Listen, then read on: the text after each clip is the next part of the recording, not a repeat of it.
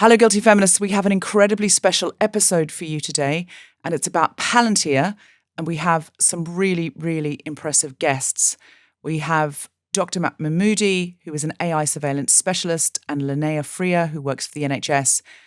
It is a truly brilliant episode. I encourage you to listen to all of it. It's in 2 parts. Don't miss any of it. It's really great stuff. Also, this Thursday night, the 30th of April, we've got a very special show at Leicester Square Theatre in the West End. It's with the Nerve News. And some of you will have heard that this week the European Union is changing the definition of sexual assault. And you've also heard about these terrible websites right front and centre of the news at the moment where men are learning to drug women. That's an extension of the Giselle Pellico story. Her autobiography's out. Also, the Epstein files are back in the headlines, rightly, as there has been no justice. These are the things that we are going to talk about, but we're not going to be graphic. We're not going to be describing individual crimes. We're going to be talking about how has this happened, what are the power structures, where do we go from here, how do we get justice, how do we change things. Our guests are the brilliant Carol Cadwalladr. And she was one of the journalists that left The Guardian and started the Nerve News. So this is a co-pro with the Nerve News. She's going to be bringing Lucia Osborne-Crowley, who was one of the only journalists in the world allowed at the Ghislaine Maxwell trial. We also have the brilliant Ria Lina, very funny comedian, co-hosting, Radio 4 favourite. She's brilliant. And we have as well, because it will be an evening where we're talking about empowerment and not getting lost in the dreadful weeds of all of this. So we want it to be a big, entertaining, Guilty Feminist classic show. So we've got an incredible double-act soul band called GJ. Check them out. They have an enormous following and they're really, really brilliant. And we've also got the brilliant Dan Whitlam, who's a performance poet and musician. Now, many of you will know Dan from social media. He does really beautiful poems and he's often sitting on a train. The reason I asked Dan is because he writes very openly and vulnerably and emotionally. And he and I were talking about why it is that men don't seem to be talking about this, posting about this, engaging with other men. I think if women were perpetrating such crimes, we would be holding seminars, we would be talking, we would be asking each other about how we were feeling about it. And so I do want to invite men into the conversation. So I've asked Dan to write some poetry about this specifically and especially, and I'm hoping it's something that we will be able to share with other men and post and get conversations going among men, because there's an assumption that any problem that's gendered is women's problem to solve, and it really isn't. So this show is going to be joyful, entertaining, but it's also going to deep dive talk about some very, very serious things with 2 of the most compelling, wise and well-researched journalists working in our country today. If you can possibly come along, Thursday, the 30th of April, this Thursday, there are some low-price tickets available. Go to guiltyfeminist.com, click on live shows, and you can see all the other shows we've got coming up as well. And now, on with this very special podcast. I'm a feminist, but whenever a woman starts talking to me about her perimenopause, all I... happens a lot more than you'd think. All I can think is, Nando's lemon and herb, please. I don't like it hot, which is unfortunate because that's where perimenopause is going. And then I think, what do they call it in Brazil?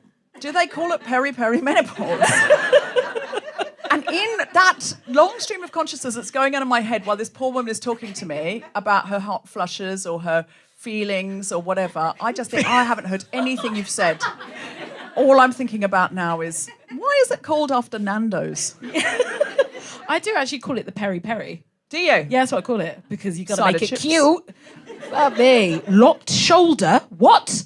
Smelling cigarette smoke. What? That's 2 of the symptoms of peri-peri. Wow. If you don't know, you will. Okay, I've got 2 medically... I'm a feminist, so here's one of them. Okay, so why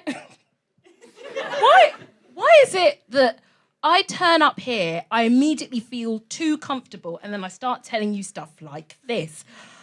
I'm a feminist, But when I recently had surgery to try and get my coil removed, my surgeon said, wow, you've got a really tight vagina. And I was like, ow.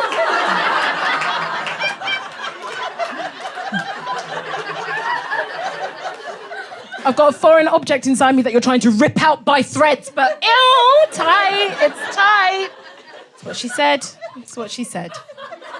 I'm a feminist, but now I rather competitively feel I need to tell you.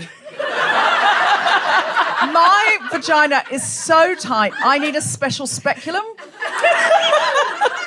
And at first I thought, this person's just new, they don't know what they're... No. Every single one has to say, we have to go to another room to get a special tiny speculum. Now I just tell them, I go, you're going to need the little long guy, because there is no way you're getting that big guy in there.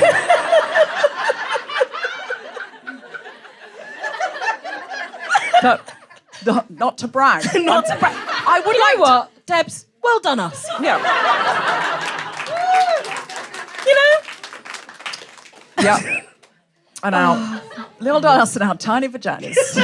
Tiny little lady vaginas. Okay. This is my other medical one. I'm a feminist. I'm really sorry to my boyfriend. I'm a feminist, but when I had to have the actual surgery to get it out, because basically backstory. So whoever put the coil in the very first time 10 years ago decided to completely cut the threads, because like a lunatic. So this lovely surgeon was like, no, you're going to have to go under. And I was terrified. I don't like general anaesthetic. I don't know many people who do love it. Except for my friend Danielle, who was like, oh my God, I love it. It's just magic. You go to sleep, you wake up, it's done. And that did actually help. I was like, I'm going on a journey. But yes, whilst I was talking to the doctor ahead of my surgery that I paid $5,000 for. Oh, you thought I got it on the NHS? No, I didn't. I had to pay $5,000. So I paid $5,000 to get it out. And when the doctor came in to have like a little consultation before I went into theatre, Deborah was with me, because she's, in real life, my best friend.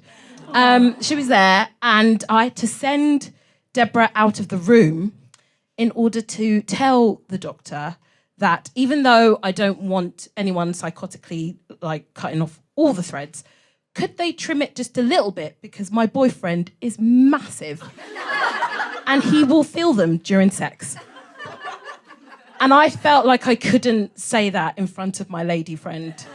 And I don't feel that was very feminist. But then the moment that you came back in, I immediately told you. That was the hilarious bit. I actually said, should I step outside so you could talk to the doctor? And Susie went, if you could, that would be great. And then when I came back in, she said, I only sent you outside because I wanted to tell him about my boyfriend's massive penis.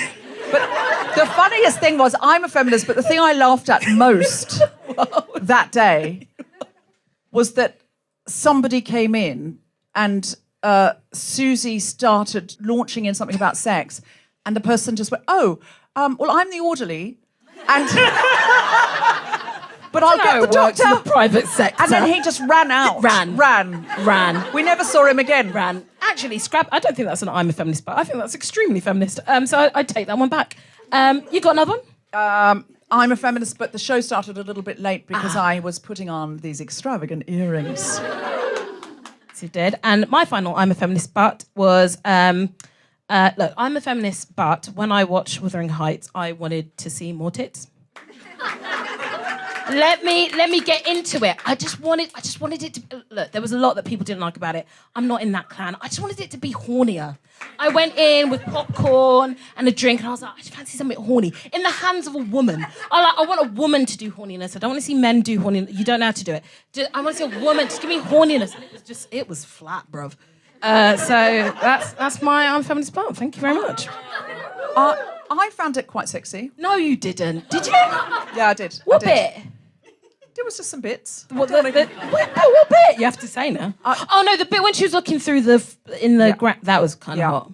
I mean, I could tell you. That was the only hot bit. I could tell you more, Susie, but the audience will have to step outside. Sorry. Sorry, guys. Do you mind if I just spend some time talking to Susie about everything that I found sexy? We'll talk about it after. Live from the Museum of Comedy in London, the Spontaneity Shop presents The Guilty Feminist with me, Deborah Frances-White, guest co-host Susan Wokoma, and our very special guests, Mahmoudi and Linnéa Freear, talking about Palantir and the NHS.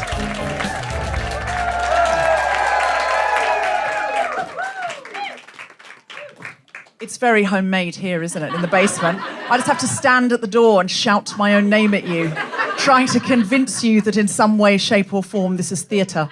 But listen, we've started doing these Guilty Feminist shows in basements around the country just to get ready for the point when we're all under the fascist regime and we have to be in underground spaces. I think it's good, because at that point it won't be safe to assemble in any larger groups. So here we are. No, we've really decided to do them. How do you think it feels? A bit grassroots? Feels a bit sexy, doesn't it? Feels a bit like we're all in here together. Yes, totally. Yes, excellent. Did you come in here and go, it's not what I expected? Have you come to see us at the Royal Albert Hall before the pandemic and now you're like, oh, what happened? Well, genuinely what happened was, I mean, obviously you can't play the Royal Albert Hall every week and let's just share. And I will be soon, but not quite yet. But really, we're meeting in more frequently in smaller, more underground feeling spaces. In the old days, we used to do like a big show on like somebody's book. And now we're going, how do we stop totalitarianism? We're genuinely terrified. Christian nationalism, it's got its cold, frosty fingers, like through our communities, coming over, planting itself in our churches, like churches that are sometimes not well attended, and they come along and go, we can make this well attended. How? Manscape talk, excellent. So we're in a really, really strange time. Like we're seeing a lot of anti-LGBTQ plus rhetoric, and in fact, in some cases, legislation. We were going forward. Progress was going forward. Have you seen Louis Theroux's Manosphere documentary? As disappointed as you were still horrified. And I feel. You know what I'm saying? I know what I'm saying. We feel like things are changing, and we just got sick of being in sort of, quite nice theatres, telling each other things we already know, while we looked out the window and saw things getting slowly worse, and then more recently, rapidly worse. So we thought, okay, we've got to find out the answers to the questions. So we need to know. So I've literally been Googling who knows the most about fascism. And I found an old man who wasn't working anymore, but he was the #1 fascism expert. And he said, I'm mostly Professor Emeritus now. I just sort of, do my own thing. And I was like, would you come? And he literally said, he wrote back in minutes saying, finally, I have lived long enough for the feminists to come calling.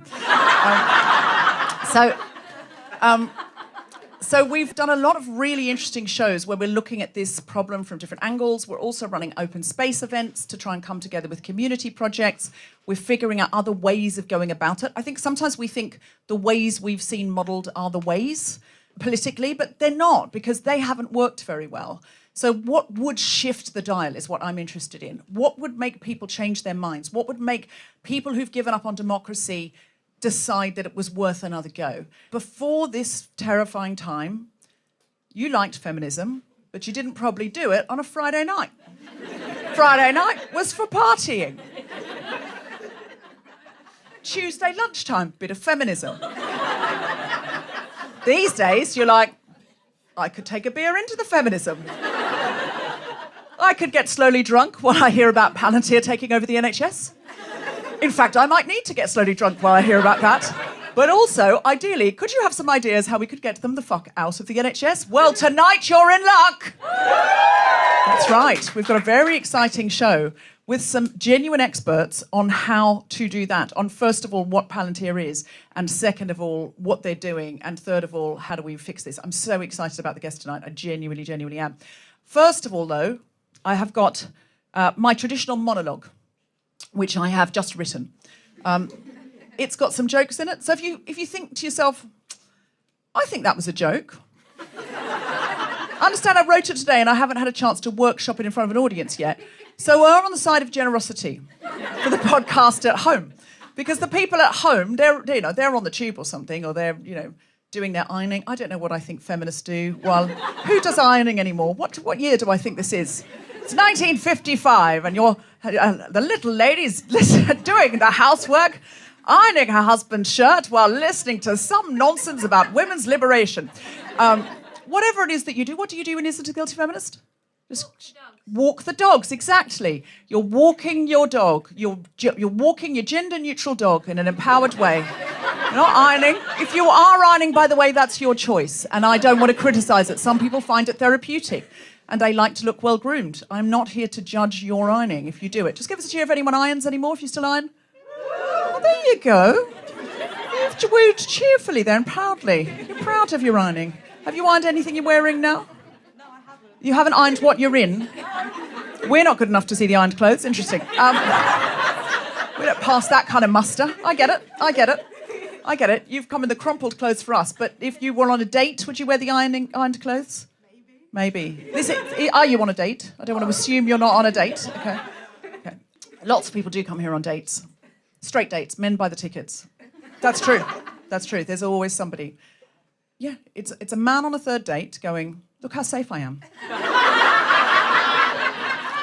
Fun, but also feminist. I'd go home with me. If I were a feminist, I'm a feminist. Are you a feminist? Just give us a cheer if you're on a date. Nobody will say that now. It's not true. People here come here with their mums as well. Anyone here with their mum? Or with their daughter, child, person? Related? Any relatives in? Yes, you are? Oh, you're here with your daughter? Are you a dad with your daughter? Now, see, if that had been a mum with her daughter, people would have gone, yeah. Sure, seems like a good mum and daughter activity. She did give me clear instructions not to speak tonight. So the dad has just said, if you're listening at home, the dad in question has just said, she did give me clear instructions not to speak tonight.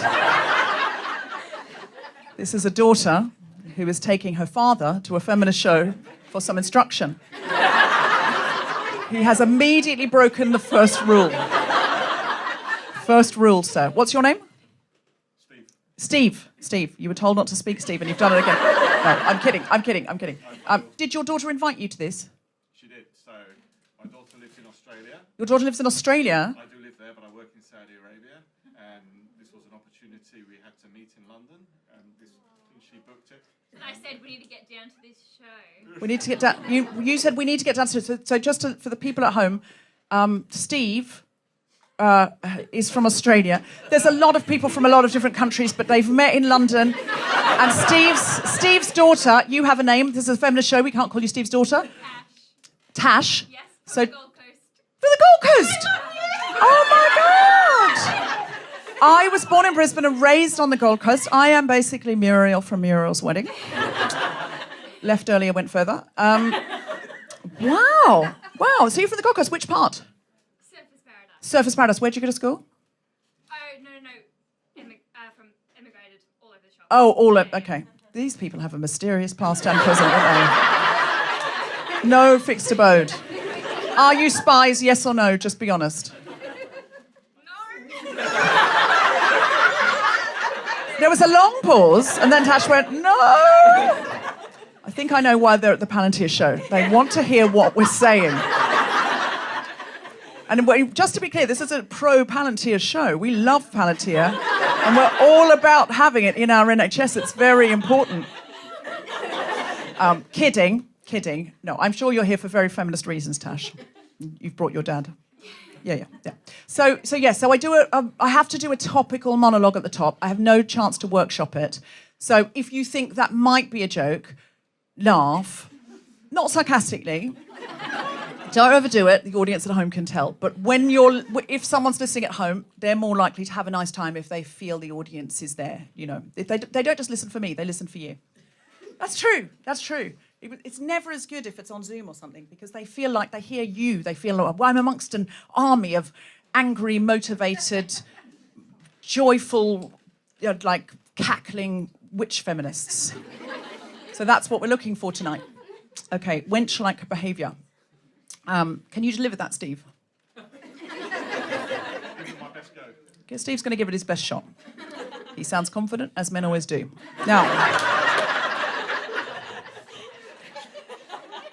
It's just a fact. I'm not trying to take your confidence, Steve. I'd like more of it. Now, so tonight, Palantir. The origin of this word Palantir, it is one of several indestructible crystal balls from the Lord of the Rings. Now, I am not a Lord of the Rings person, so I had to look it up. And many of the listeners will not be, so this is for you. If you already know about Lord of the Rings, you will know this, but try and listen to it as if you're hearing it for the first time, please. I think it's quite important that you listen to this with fresh ears. Palantir, the company we're talking about tonight, the AI surveillance company we're talking about tonight, was named after Palantir in the Lord of the Rings. Created by elves, these 7 black spheres allow users to communicate telepathically and view events far away in space or time, though they can be used to deceive users. They were intended for communication, but in the Third Age, they became instruments of despair, corruption, and psychological warfare, manipulated by someone called Sauron, who doesn't sound good. Uses, according to the internet, uses of a Palantir, forcing Saruman to betray his purpose. Driving Denethor to madness and suicide. Is Denethor pronounced correctly? Who's my Tolkien? Could you be my Tolkien consultant? Yeah. If I say anything wrong, could you just please raise your hand? Yeah. I'll take that again. Driving Denethor to madness and suicide. The psychological torture of Pippin. Is that correct? Because Pippin's from a musical. Okay, fine. Peregrine Took is the character's full name. Thank you. Fostering despair through truth, in inverted commas. The stones could not lie, but Sauron used them to show only the worst case scenarios, ensuring his enemies felt helpless. This paralyzed the leaders of the West with fear, rather than informing them effectively. And that is what Peter Thiel, American entrepreneur, venture capitalist, and conservative political activist, decided to name his new venture in 2003. Imagine reading that and then thinking, yeah, Palantir Inc. That's what I want to call it. Palantir Proprietary Limited. Imagine going, that's the name of my limited company. That's what I want to put out into the world. Palantir's primary platforms, in case you're thinking, this man sounds like a Batman villain, include Gotham, used by defense and intelligence, and that is code for war and spying. Foundry, used to integrate data for analytics, and AIP, artificial intelligence platform. Peter Thiel wrote, the best entrepreneurs know this. Every great business is built around a secret that's hidden from the outside. A great company is a conspiracy to change the world. When you share your secret, the recipient becomes a fellow conspirator. Let's go shopping. By contrast, yesterday, Donald Trump said in a speech, millions of Americans have small businesses, including restaurants, dry cleaners, corner stores. What is a corner store? I've never heard that term. I know what a corner store is, but I've never heard it described. A corner store. Who the hell wrote that, please? And more. The reason for this Donald Trump quote will become clear. Peter Thiel said in late 2025, the Bible says that one man will take over the entire world. He only has one lifetime to do that. How on earth can he achieve it? One might ask, Peter Thiel. He also wrote, I no longer believe that freedom and democracy are compatible. Thiel has stated democratic process is slow and inefficient, arguing that technology offers a way to unilaterally change the world without needing to win public consensus. Last week, by contrast, Donald Trump said to a reporter, I have nothing against the Pope, but I have to do what's right. I'm not fighting with him. The Pope made a statement. He says Iran can have a nuclear weapon. I say Iran cannot have a nuclear weapon. Footnote, the Pope did not say Iran can have a nuclear weapon. Alex Karp, the CEO of Palantir, a second man, not the founder, the CEO, has stated Palantir's goal is to ensure the West is tough enough to, when it's necessary, scare enemies and on occasion kill them. His exact words. The West's primary way to create peace, he says, is to scare our adversaries when they wake up, when they go to bed, while they're seeing their mistress, giving you an insight into his normal. This week, by contrast, Donald Trump posted a picture of himself as Jesus and then claimed he thought the image depicted him as a doctor.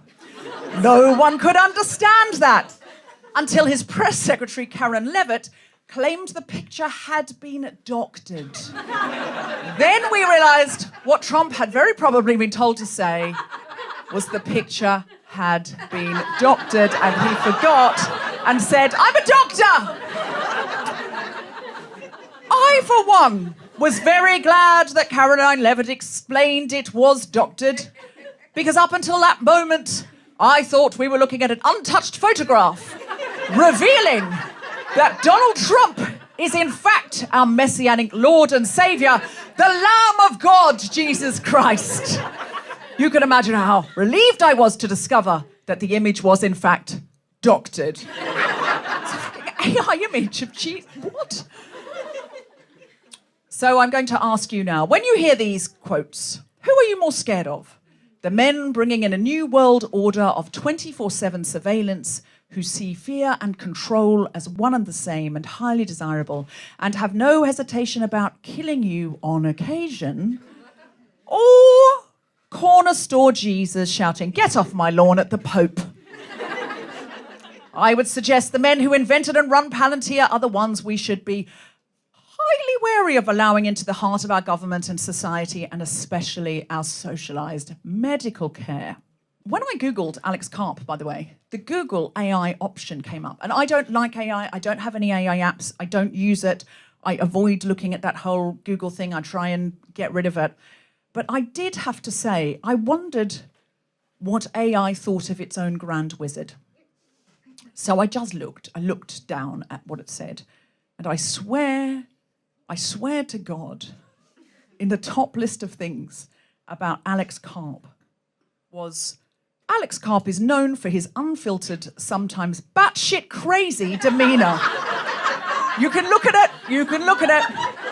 Batshit crazy demeanour. Alex, that's what AI is saying. It's warning us. We are scared. The robots are scared. So I did put in, is Peter Thiel scary? And Google AI said, Peter Thiel as a verb. That was a category. And then it said, Thiel is known for being vindictive, with his name becoming a verb for orchestrating the total destruction of someone or something, such as his successful clandestine funding of the lawsuit that bankrupted Gawker Media. That's what Google AI told me. It told me, do you think he's scary? His name is a fucking verb for destroying others for fun. And then finally, he has previously stated that the extension of the vote to women has made the country less democratic and free. So letting half the population vote has made it less democratic. How is that possible? That's the definition of democracy. So I personally would love these guys not to be looking at the results of my blood tests. And I'm okay with them not knowing I have a neuroma under my left foot. I'm just thinking they might be planning a Room 101 at some point. And if they find out what I'm allergic to and or are scared of, it's not going to be great for me. So I would prefer that all the things inside my body, my blood tests, my DNA, all that, just be in a separate pot from the two men in the world that the robots are most scared of and are trying to warn us about. They say, batshit crazy, he's batshit crazy, Deborah. You never talk to me, you won't look at me, you don't like AI, but I'm telling you, you've only asked once, you've only looked once, batshit crazy. Batshit fucking crazy. And on that note, I'm just going to go out on a large limb and say, I do not like them, Sam, I am. And are we ready to start the show? Please welcome to the stage my incredible co-host, it's Susan Wokoma.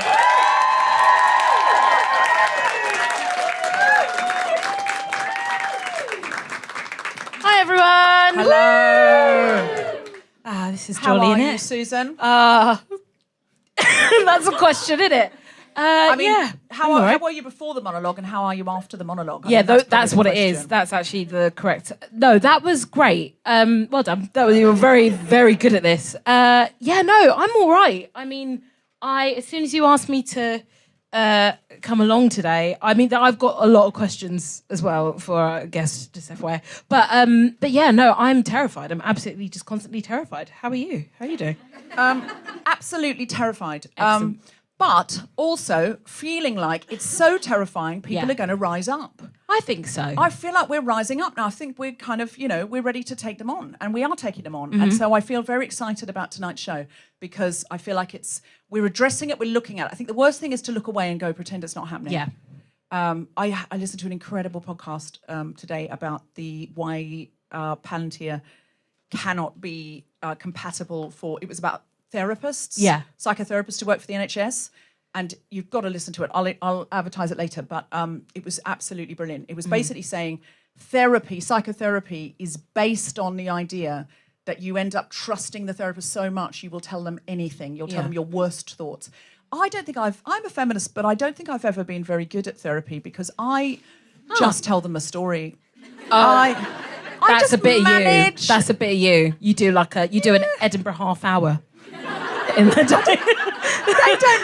I just think they're going to judge me, and I just don't know them well enough. So I tell them the sad things that have happened to me, but then I probably cast myself in a slightly. I mean, of course, you have to say some things that are bad about you. Yeah, you do. But they kind don't of the believe deal. you. They don't believe you if it's all one-sided. Yeah. But I just probably massage just put myself in a slightly just a lavender light. I'd say. Lavender. Yeah.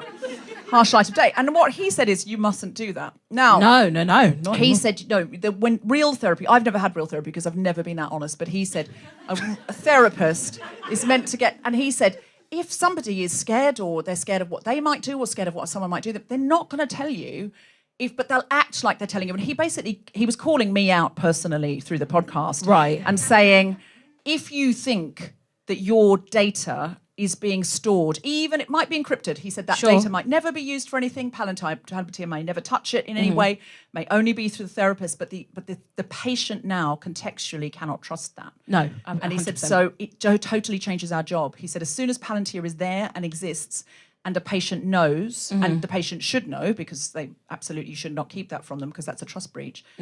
He said, you can't do proper therapy anymore.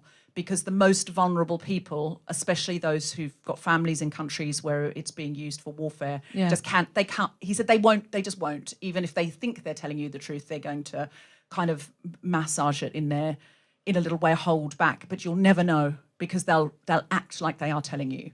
So it's really, really, really, really interesting stuff. I thought. So you must listen to this podcast if you can.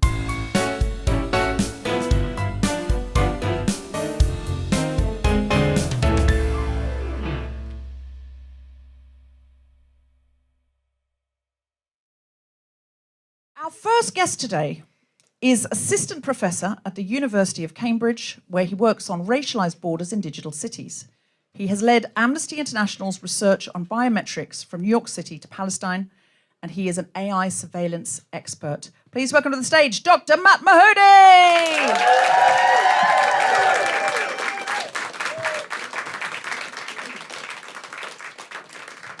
Joining him is a radiotherapy physicist based in Manchester. She is part of Health Workers for a Free Palestine, whose primary campaign is to cancel Palantir's contract with the NHS.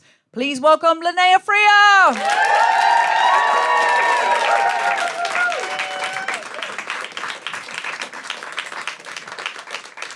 Hello. Hello. Matthew and Linnéa, can you just tell us a little bit about yourselves? Yes, Linnéa, do you want to go ahead? Sure. In a nutshell, I might keep it quiet because we don't know if the spies are listening. But like you said, I'm a member of Health Workers for a Free Palestine, also MedAct, which is a health justice charity, and came into doing this organising off the back of the escalation of the genocide in Gaza back in November 2023. And we just felt like we needed to heed the calls from our comrades in Palestine, the Palestinian trade unions there, were asking us to tackle complicity in our workplaces, and that's why we came to pick Palantir. So yeah, this is really, really something close to my heart, big time. Wonderful. And Matt? Yeah, let's see. So I hunt bad tech companies for a living with my Amnesty hat, of which Palantir is one of many, but perhaps the worst. And in my assistant professorship, I teach the kids about why they should take issue with companies like Palantir. And what brought me here was essentially being a part of various organizations that campaign for migrants' rights, and realizing way back in 2017 and 18 that Palantir was actually wound up with much of the hostile environment that they were experiencing, both in the United States, but also increasingly in the UK and beyond. Wow. Well, thank you very much for coming to join us. We're very excited to find out what you know. Yes. And I mean, I sort of know the answer, but it'd be really great if you could just explain to us, Matt, like what is the origin of Palantir? Because it isn't just the current genocide, is it? Like, where do they sort of begin? Yeah, so, I mean, it's interesting, right? Because Deborah mentioned how they were founded, which is to say Peter Thiel had a bunch of extra money coming out of the sales of PayPal, and he decided to invest that, initially into a hedge fund, Clarium, and then from there ended up investing into this new startup called Palantir, which together with two other tech bros, they went off to actually vie for someone with a PhD that could convince the intelligence community that they actually mattered. And they got Alice Karp on board, who's sort of this manic, slightly frazzled-looking academic type who loves to talk in intellectual riddles. And he sells Palantir products on the back of that. Like, people just feel so awed, by that language. And they ended up basically going straight to the CIA after failing with many other venture capitalists. In-Q-Tel, their venture capital arm, invested in Palantir. Soon after that, Palantir was rolling their products out to the NYPD, who used them for workplace raids. They then rolled it out to the federal government, where the Immigration Customs Enforcement Agency, ICE, ended up using the technology to conduct workplace raid. You might have heard of the incident in August 2019, where 600 factory workers, migrant workers, were detained and held in broad daylight whilst their kids were still in school. This was done using Palantir's tools. It was called Falcon back then, which is a mixture of Gotham and Foundry. You can't make these names up. They're just ominous by nature. And we can go into what those tools actually do later, but just to say that they were doing this during the first Trump administration, right? They were helping engage in this detention and deportation. And do you think he knows, like, he's the Penguin, or does he think he's a good guy? Like, when he calls it Gotham, he can't think he's Batman, because he keeps talking about his plans for the world. Like, what? Yeah, do they know that they're the bad guys? I think they're convinced that the Western civilization and is facing sort of an existential threat, and that they're the good guys because they're willing to do everything that it takes for the West to survive, whatever that means. That's their It's like Thanos and the rings. Like, we have to get rid of everyone. Oh my gosh, balance it's the awful. skills. What is it that, like, when you say they're working, because the CIA were involved very early on, weren't they? How does that happen? Does Peter Thiel go and to ring up and say, "Hello, is this the CIA? I think I've got something for you," or does the CIA go to Silicon Valley and see who's making kind of products that they want? So it's a little bit of everything. So in this case, it was both the CIA sort of having their ears out on what was happening in Silicon Valley, but it was also the New York Police Department having used Palantir's products essentially, or being aware of it, essentially putting in a tip with the CIA, with In-Q-Tel, and saying, hey, these could be your next guys. And what do they do for them? What, like it all, because it's all very foggy and mysterious, isn't it? Like, how do they get people's information to tell them, or is that what they're doing? Yeah, so Palantir has a neat product called Foundry. Again, another ominous name. Foundry is effectively a mirror. It's a mirror of all the data contained within a particular organization. And that organization may be as small as a company, or it may be as large as, say, a nation state, like the entirety of the United States.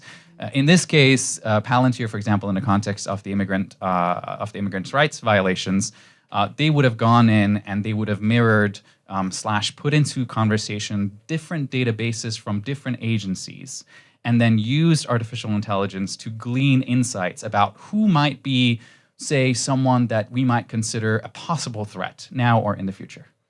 Right, a possible threat. Yes. So does the CIA say we think that guy might be a possible threat, or are they like tapping phones, or like how are they doing that? So I'll give you an example. The Falcon tool, which I referred to before with the Mississippi factory workers, you effectively have a tip line on the one end, which is anyone, really anyone off the streets, named or otherwise, can put in a tip that I think this person does not have documents.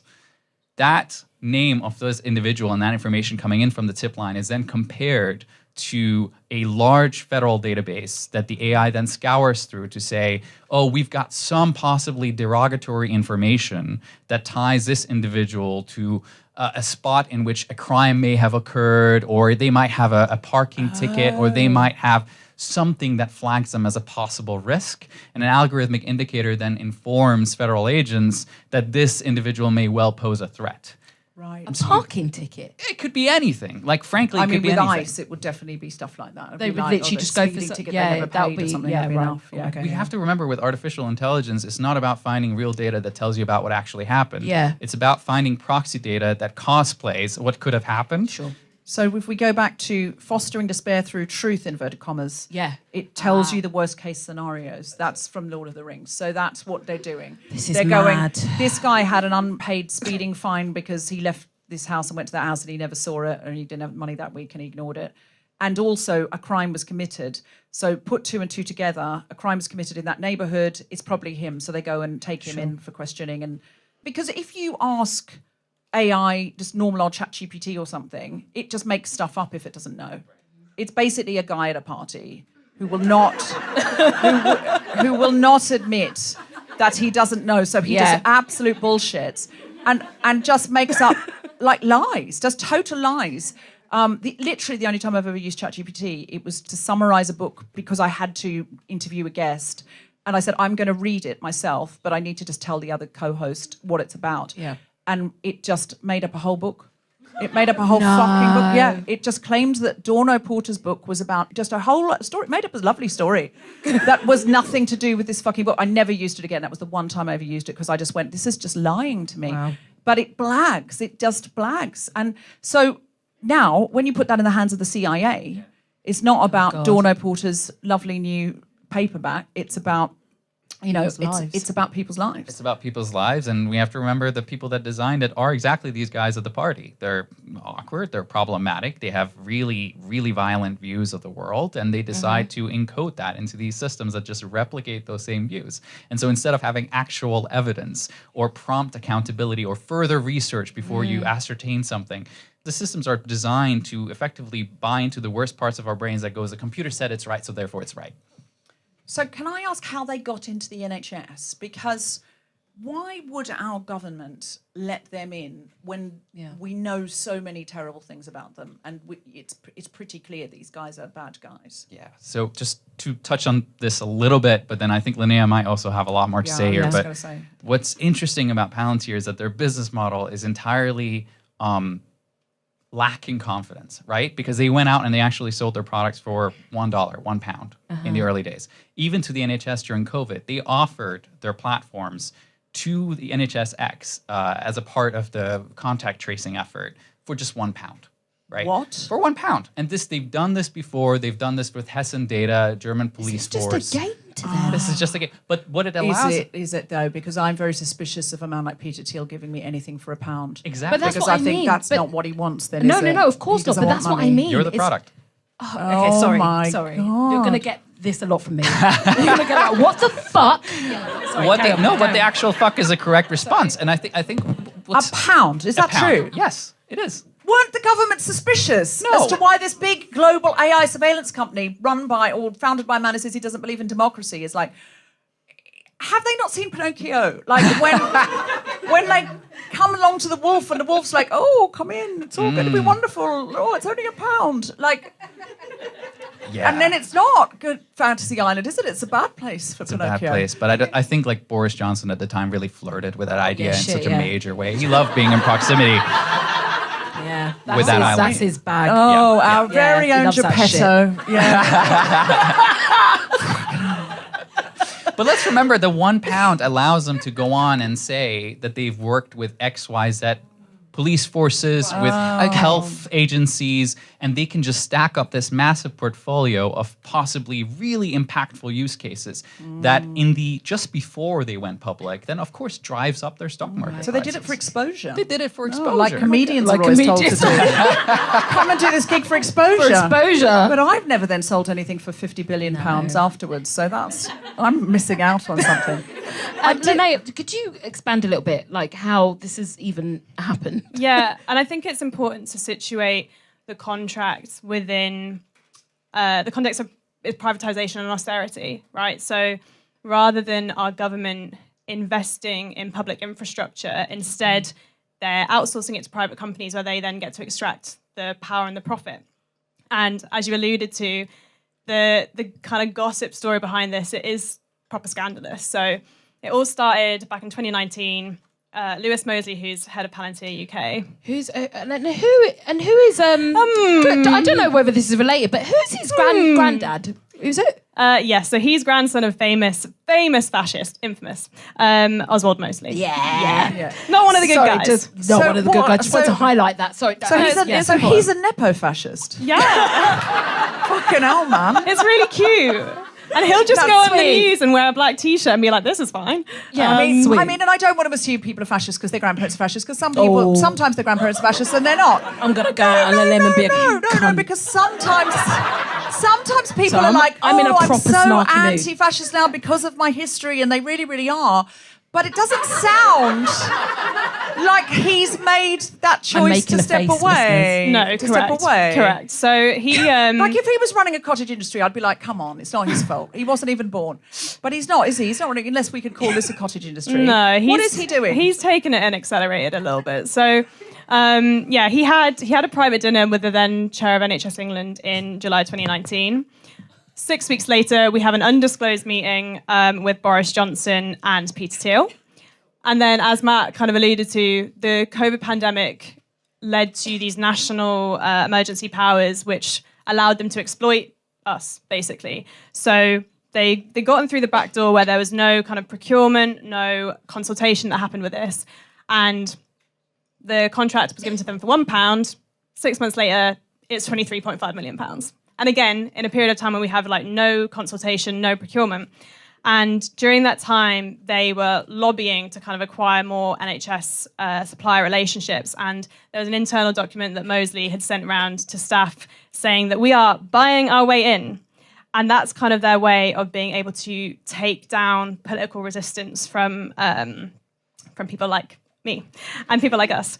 But yeah, jokes on them. So eventually, they were awarded this £330 million contract to build what's called the Federated Data Platform. And it's really telling that the discussions that were being had in NHS England were already kind of assuming that they got the contract. So like NHS trusts were being told to pilot the Foundry platform before they even had the contract to do that. Wow. So it was kind of a done deal from the get-go because they'd already embedded themselves so far in there. So that they people- said, £1, and everyone went, oh, that's a deal. What a bargain. And then, so that was under Johnson. Yeah. They got in, and then next time they said, oh, you're already using us now. It would be disruptive to change. Here's what we're doing for you. £23 million, please. Is that true? Is that they just went, now it's £23 million? So there was the contract for the Federated Data Platform did go out to procurement. Right.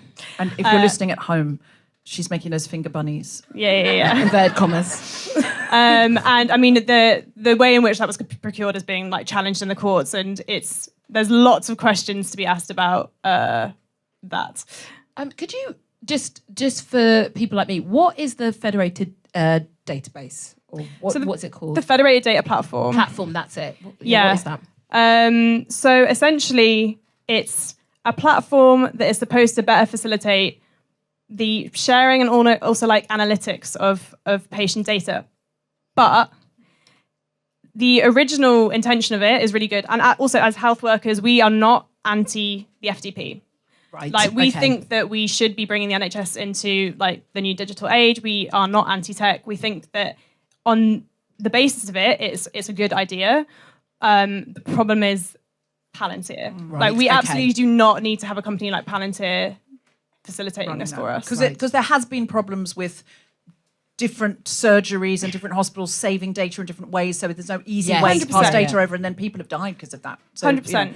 Because they couldn't get those records or they weren't moved smoothly. So we absolutely do need a clear way to share data, but it doesn't have to be from these people 100%. who are also, well, in the United States of America, is it true that they've used medical data to share with ICE? Yes. And then ICE have come into people's homes and arrested them or taken them away. Yeah, absolutely. So that is not a safe company. No, and also, to be clear, it's from the original intention of what the FTP was supposed to be, it's strayed so far. And the kind of tools that they're making, they're just kind of operational management things. They're not really related to our care. Right. And I think there's a big argument to be made that the kind of data services that we see provided in the UK by big leaders, I'll kind of big up Greater Manchester later, but they're really using tech and the evidence that they can gather from data to save lives.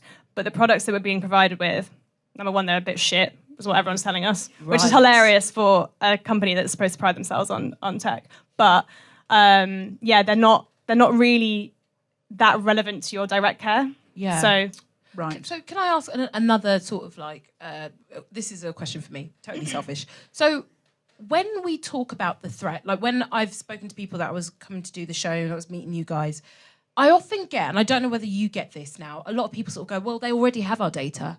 They already have like, you know, why do we need to be precious about it? And as somebody who's had like my address leaked online, let me tell you, that's not something that you want. It's terrifying. What are they planning? What do you do? And this is to both, I'd love to hear both your answers to this. What are they planning to do with this data? Like, why is this scary? Because if our data is, you know, I'm doing the bunny fingers. If our data is already out there, then why do we need to be precious about it? I don't believe that, but that's what People have said that to me too. yeah. Like medical data is some of the most personal, confidential data that we have, right? And to be clear, when they say that the data is pseudonymized, that is not the same as it being anonymized, right? And for a spy tech company, it's pretty easy to re-identify people from that kind of stuff. So I think we need to really bear that in mind, see what is going on abroad. They're already telling us what they're doing in other places, but specifically in the context of the UK, Reform put out a 2025 policy last year called Operation Restoring Justice, where they've claimed that they're going to relentlessly identify and detain all illegal migrants in the UK. They're going to do that by automatically sharing data between the NHS. Reform have said that outright. Yeah, it's in a policy document. What? So, yeah, sharing data with the NHS, HMRC, DVLA, banks, and automate that process. So we need to bear in mind that Palantir are not a dutiful processor. They kind of say that they'll do whatever the data controller does. So if that's Reform, they've said quite explicitly that they will help facilitate ICE-style deportations in the country. And also the thing to bear in mind with them is that they have no qualms with manipulating who the data controller is going to be, i.e. by pumping millions of pounds into right-wing political parties. So they're kind of controlling who the future data controllers are going to be as well. Right. And like you said, the risk is not hypothetical. They're doing this already in the US. So Reform UK have explicitly said we would take data from the NHS and we would use it to deport people. So the NHS is now not a safe place to tell anybody anything. So the podcast I was listening to today about psychotherapy in the NHS, absolutely the advice should be don't tell your psychotherapist anything, because they... You know, and that's a terrible thing to say, because I want people to tell their psychotherapist things. But until we are sure Reform are not in, maybe that's actually not safe. So to be fair, there has been a contract or a relationship between the Home Office and the NHS since Theresa May's reign. I don't know what else to call it. Her time. Her administration. Time. Yeah, where there is sharing and like great harm that's done to migrants through the sharing of data with the Home Office, and Patients Not Passports have done great work around this. But what we would see is like the immense escalation and rapid acceleration of that existing hostile environment. You cannot be in both care and control. The business of care and the business of control have to be separate. So if you're going to be in one, you cannot be in the other. Absolutely. That is absolutely clear. I think it's also important especially in the context of this show, actually to also talk a bit about the police contracts that they have in this country. Oh, yes. Because they have an AI-powered platform that they provide called Nectar. And we found from some investors... Nectar. I know, that's probably the crappiest one of all. Isn't that taken? Do they know nothing about this country? Isn't that Sainsbury's, Sainsbury's loyalty points? Their loyalty club. That's exactly what I mean. They've got all this other Tolkien stuff, and they're just like, nectar. Yeah. Anyways, But are they trying to confuse us? Because we think, we'll tell them stuff because, it's nectar points. Is it? Something like that. I don't know. They're being like police loyalty. I'm not sure. But we know from investigations that people have done that the special categories of data that Palantir have said that they will share with the police forces include health data. It includes trade union membership. It includes political beliefs, sex life. What? Yes. How do they know about that, though? hang on. You might tell your doctor that. Oh, yeah. Well, I told said, doctor. My boyfriend's got a massive penis. Doctor, I got a tiny vagina. Shit. You can hear the sirens already. To be fair, you are talking about it on a podcast. I know, yeah. Your data's already out there. I'm like, no, it isn't. It is. It's we podcast far too much about data. Sorry, I just had to make a joke. Yeah. What the fuck? So sorry to interrupt. Do you think this is why? Because there's a new thing now that if you want to look at pornography in this country, it wants to take your face, and it says, "Oh, that's just so we know your age, so we can look after the children because we care so much about the children. Oh, we just care so much about young people." Do you think it's so they know people's kinks and what you're into? Yeah, and actually, I think in the context of rape cases, actually, victims' data might end up being used against them. God, so they might call into question the credibility of what they're saying and scrutinizing them and re-traumatizing them and re-victimizing them rather than actually trying to find the perpetrators of the crime. What? So saying what you watch looked porn, at this therefore porn, you can't be a rape victim. Or like these are the things that you do in your sex life, and I thought they were not allowed to do that anymore. I thought that was not allowed to be a defense, so that that you couldn't say somebody has engaged in BDSM, therefore you've hurt them, and therefore I thought that was no longer a defense. This is why it's so important. But then, to of make course, sure it's all shifting, isn't it? Yeah, exactly. Everything's shifting. But everything we know is just shifting sand beneath our feet. I don't want these people here at all. Preach. I don't want them here at all. There's so many reasons. I mean, borders, but never for the people who shouldn't fucking be here. Do you know what I mean? Like, 100% that. Can I ask, why does Palantir working with the IDF to target Palestinians and Lebanese civilians mean they should not be in healthcare? Now, that's obvious, but Amnesty International have asked me specifically to ask you that question in those words because they want you to unpack it.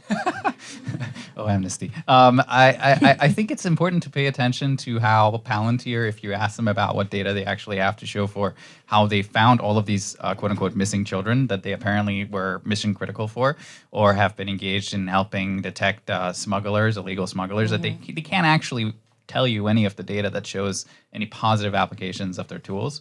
But if you look at the data that we actually do have, which is them speaking very loudly, almost within the third month of the start of the genocide in Gaza, referring to themselves effectively as one of the first people to speak up, one of the first companies to speak up in support of the genocidal acts of Israel against Palestinians in Gaza, that they were mission critical for the war objective in Gaza, that they were going to be providing at least 4 platforms to the state of Israel, notably Gaia, which is sort of a geospatial intelligence platform where you can see the battlefield remotely and take actions using AI. They provided Foundry, which is this sort of the big data set that brings everything together into one space. They provided Gotham, which can help with things like target generation. It's also often used in context of predictive analytics by police forces. And they provided... what does that mean? Sorry. So for things like, you might have heard of predictive policing, Minority Report, Palantir will aggressively say that they don't do predictive policing. They just do area-based probabilities. That's predictive policing, though. Yeah, they have a very... Area-based probability. What is it then? slanted definitions of what things mean, and they operate in this area of being able to, on the one hand, be not so bad as you think on paper when they're responding to human rights organizations, but the absolute worst when they're selling themselves people to groups like the IDF. Yeah. Right. And in the context of Israel, they've been providing these tools, and they continue to talk about it. And when they've been confronted about killing Palestinians, for example, at various presentations they've been doing, they've said mostly terrorists, but yes. And when they've been confronted about, what their actions are going to result in the context of Palestine, they continue to say, oh, but how dare you? Obviously, we're going to be helping the state of Israel in the context of the October 7th attacks. And they don't in any way address how their tools have been used potentially in the conduct of international grave crimes against Palestinians. You want a company that has done this, that is blatantly unapologetic about their actions in an international grave crime, to be processing your data in this country? How can we find that acceptable in any way? That would implicate us also in the killing of Palestinians. And also, Directly. These are tools for killing. These are tools for surveillance. These are tools that, again, have no real data or positive use cases. Why do we trust it? Yeah. This is exactly what we mean when we say no one is free until Palestinians are free. Because if they can do this stuff there, it is coming here. That's not sensationalist. If they can have complete impunity to do whatever they want just because people are Arab, they are going to do it here. Like, it's such a complete nightmare. And as we're seeing it extend to Lebanon now, with what justification? Oh, Hezbollah might be there. But of course, also, Palantir can say, oh, yeah, we anticipate through our anticipatory software that Hezbollah's here and here and here and here and here and here. And then we're just seeing apartment buildings and schools. What was it? Over 100 airstrikes in 10 minutes. Yeah. Paramedics. A paramedic's funeral I saw was struck. A paramedic's funeral. Like, fuck off. Like, it's just so evil and pernicious. And, as you say, it's Susan, it's a test case for if we don't stand up when we see it happening there, how will it spread? How will it spread in how many different directions? And that shouldn't be the motivator. It should be enough. We could be completely protected and it happening in another country, and that should be enough to mobilize us. But if people are so kind of pushed into a corner now because of capitalism that people are just looking after their own plot of land, it won't exist. It won't exist. I have so many more questions to ask you, but our producer is telling me it's time for an interval. After the interval, so you can go to the loo and get a drink. After the interval, we'll ask a few more questions off our clipboards, and then we'll throw it to you so you can ask questions. So get your questions ready for the Q&A. Give a big round of applause to Dr. Mahmoudi.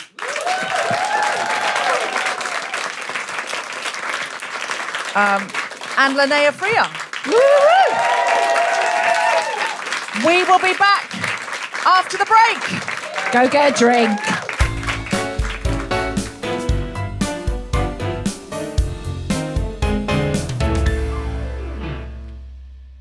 So that was the first half. Join us for part 2, which should be in your feed right now.